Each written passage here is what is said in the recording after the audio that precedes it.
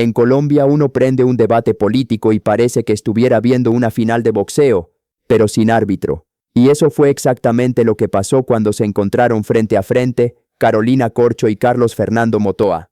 El tema era serio, salud y seguridad, pero el ambiente candela pura. Motoa llegó con cifras en la mano y sin muchas vueltas, que las citas no aparecen, que los medicamentos escasean y que el sistema de salud hoy está más enredado que audífonos en el bolsillo. Y claro, Corcho intentó defender la reforma diciendo que todo viene desde la famosa Ley 100, que el problema es viejo y que hay que cambiar el modelo.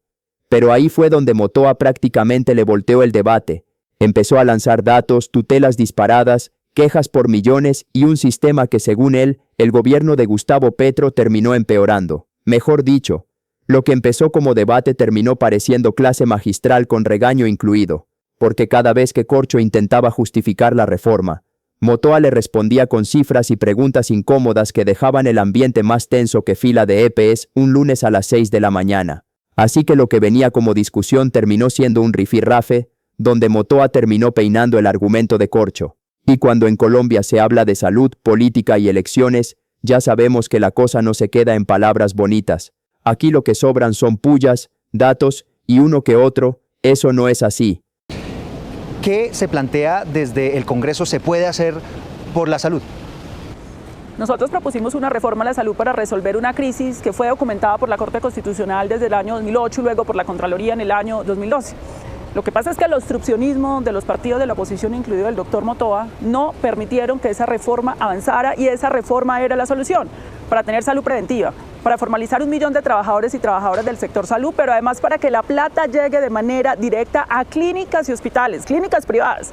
No es ninguna reforma estatista, como se dijo, porque se reconoce al sector privado, solo que se le paga de manera directa para poder garantizar el acceso a medicamentos y la atención de los pacientes. Esta reforma se tiene que hacer y en la próxima legislatura, el próximo Congreso de la República debe debatirlo, si no, no se va a solucionar la crisis. Es cierto que usted lideró, digamos, un bloque enorme de oposición a esa reforma. Eduardo, la reforma de la salud la hizo el gobierno vía decretos, resoluciones e intervenciones forzadas. Ya la reforma de salud la están aplicando y ha sido un desastre. Han colapsado el sistema de salud. En el año 2021, esto es con cifras, en el año 2021 teníamos cerca de 87.000 tutelas. En el año 2025 se han presentado 220.000 tutelas. Hay cerca de 2 millones de quejas al sistema de salud administrado, 8 EPS por el gobierno de Gustavo Petro. Lo que han buscado es destruir el sistema. No se entrega medicamento, no se logran las citas con los especialistas. La reforma de la salud ya la experimentaron con el FOMAC y ha sido un fracaso. Lo que pretendemos en Cambio Radical es reconstruir el sistema de salud, corregir los errores del sistema y no destruirlo, como lo ha hecho la propuesta de Carolina Corcho, que fue ministra de Salud, que lo ha hecho también el doctor Jaramillo y por supuesto Gustavo Petro. Quieren regresarnos a la época del Seguro Social, cuando la cobertura solo era el 44% y cuando los informales y las personas que estaban en territorios dispersos no tenían atención en salud. El debate sobre la salud en Colombia venía caliente, pero hubo un momento que subió todavía más la temperatura. Y fue cuando salió un tema que incomoda bastante al gobierno de Gustavo Petro, los supuestos business con interventores del sistema de salud. En plena discusión, le ponen el tema sobre la mesa a Carolina Corcho. La pregunta era directa: si el gobierno está interviniendo EPS por todo el país, ¿quién está manejando ahora esos recursos? La crítica desde la oposición fue clara, que detrás de esas intervenciones podrían estarse moviendo negocios políticos mientras el gobierno habla de reformar el sistema. Corcho respondió de inmediato y negó todo. Dijo que eso es completamente falso y que es mentira que las intervenciones sean la aplicación de la reforma o que haya intereses detrás. Pero la réplica no tardó. Desde el otro lado insistieron en que cada vez hay más EPs intervenidas y que el verdadero debate no es solo la reforma, sino quién termina controlando la plata de la salud. Y ahí fue cuando el debate dejó de ser técnico, porque ya no se hablaba solo del modelo de salud, sino de poder, política y miles de millones en juego. Y cuando en Colombia se mezclan salud, política y plata pública, la discusión siempre termina en candela. Claro, y dice el presidente Gustavo Petro, doctora Corcho, con algunos interventores del gobierno entrando a hacer business, ¿no? Es completamente falso, es mentira que las intervenciones sean la implementación de la reforma y que esta se haya hecho por decreto. El sistema de salud de la Ley 100 que ha apoyado su jefe Vargas Lleras y el cual se ha beneficiado su jefe Vargas Lleras y la familia de él en la nueva EPS, en la nueva EPS, porque las tutelas todas las han ganado cuando Petro hizo lo mismo. 157 EPS habían. se han intervenido y liquidado más de 120. El sistema ha estado intervenido por la ley 100 que ustedes defienden, Eduardo, no por la reforma. No es verdad que las intervenciones sean la implementación de la reforma, si no Iván Duque habría hecho la reforma, Juan Manuel Santos. El sistema siempre ha estado intervenido y por ausencia de una reforma estructural, los indicadores han empeorado, pero han empeorado de igual manera en las EPS intervenidas como no intervenidas. Eduardo, el sistema siempre ha estado en crisis, pero este gobierno ha inducido el desastre en el sistema de salud. Ha sido premeditado, no ha entregado los recursos necesarios. La doctora Corcho habla de unos beneficios de Germán Vargas y la familia Vargas Lleras. ¿Dónde están? Es la misma retórica de Gustavo Petro que lo ha obligado el Consejo de Estado vía tutela a rectificar porque no hay ninguna prueba de ello. Aquí lo que es cierto, y hay que preguntar a los colombianos, ¿están recibiendo medicamentos? No. ¿Están consiguiendo la cita con los especialistas? No. ¿Hay atención oportuna en materia de salud? No. Y esa crisis la generó el gobierno de Gustavo Petro, hay que decirlo con claridad. La UPC no es la adecuada, no ha sido financiada adecuadamente. Están en la narrativa, como hacen con todos los sectores, como acabaron con el sector de vivienda, como acabaron con el orden público, y están acabando con la salud de los colombianos. Eso es lo que queremos recuperar en el próximo cuatrenio y una propuesta clara que el Cambio Radical presentó al Congreso en 2 oportunidades. Pero el gobierno de Gustavo Petro no entiende, no escucha, solamente imponen, no buscan el consenso. Pero si el debate ya estaba caliente, el siguiente agarrón lo puso todavía peor. Esta vez el choque fue por la famosa UPC, la plata que el Estado le entrega al sistema de salud por cada paciente. Desde la oposición, Carlos Fernando Motoa lanzó la crítica sin rodeos. La UPC no está alcanzando. Según él, el gobierno de Gustavo Petro no ha financiado bien el sistema, y por eso hoy los hospitales, clínicas y EPS están ahogados. Medicamentos que no llegan, citas con especialistas que se demoran meses y pacientes dando vueltas. Para Motoa esa es la prueba de que la plata no es suficiente.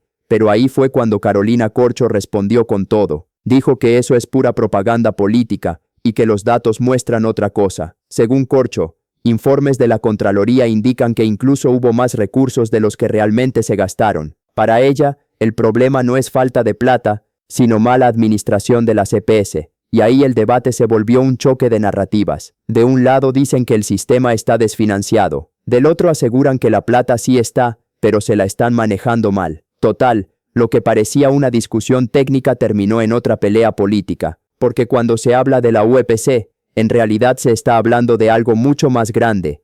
¿Quién es el responsable de la crisis del sistema de salud en Colombia? Que la UPC es inadecuada y es insuficiente es propaganda. No hay ningún dato que sustente que eso sea cierto. Si tú coges los estados financieros de las EPS muestran que es más los recursos que se les entrega que los que gastan. La Contraloría General de la República dijo que en el año 2024 se entregó 2.7 billones de pesos de más y claramente el informe de la Contraloría dice que no es un problema de insuficiencia de recursos, luego mentira lo que usted está diciendo, sino de mala administración. Pues entonces cuestiona a la Contraloría y tienes que cuestionar los estados financieros de las EPS. Insuficiente. Ustedes están ahogando el sistema de salud, por eso hoy hay dramatismo en todo el país. Hombre, basta ya, se trata de salvar vidas, no de una ideología aplicarla para destruir un sistema que de alguna forma funcionaba bien y representaba una cobertura del 98% en el país. El sistema de salud que usted defiende tuvo 362.000 muertes evitables, de acuerdo al Instituto Nacional de Salud, con más de 150.000 fallecimientos tuvo la pandemia. No han podido con mayoritariamente la estrato 1, 2 y 3, pandemia, además donde hay un cuestionamiento y una apertura de investigación de la Contraloría donde presuntamente se robaron 11.3 billones de pesos de la salud en el 2020. Entonces a mí no me venga a decir que el sistema venía funcionando porque... No es con narrativas, colombianos, es con hechos concretos. ¿Usted está de acuerdo con el sistema de salud en el país? No. Por eso hay que reformarlo. Hace 4 años. Vamos. Claro que está porque hay 4 años. Al final de este debate queda algo muy claro. Cuando se habla del sistema de salud en Colombia, ya no estamos frente a una discusión técnica. Estamos frente a una batalla política por el futuro del modelo de salud del país. Durante toda la conversación, vimos dos visiones completamente opuestas. Por un lado, la defensa del gobierno y de su reforma, representada por Carolina Corcho, que insiste en que el problema viene del pasado, de la famosa Ley 100 y de los gobiernos anteriores. Según esa narrativa, la crisis no es responsabilidad del actual gobierno, sino de un sistema que, dicen ellos, lleva décadas fallando. Pero del otro lado apareció una postura mucho más directa, representada por Carlos Fernando Motoa.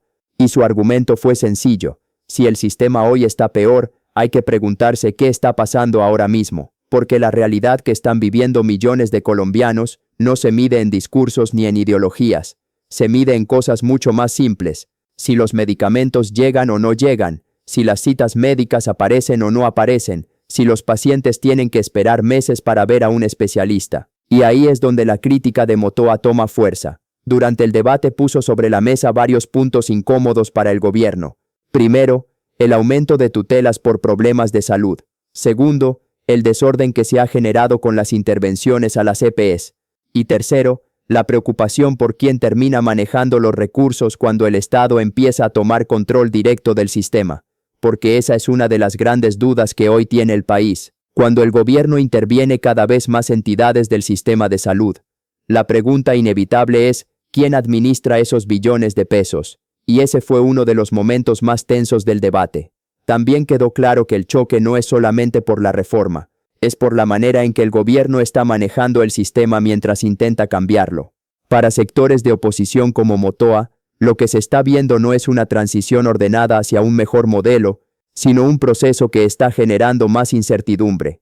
Otro punto clave fue la discusión sobre la UPC, el dinero que el Estado entrega por cada paciente. Mientras el gobierno asegura que el problema es de mala administración, desde la oposición se insiste en que el sistema se está quedando corto de recursos y que eso está golpeando directamente a hospitales, clínicas y pacientes.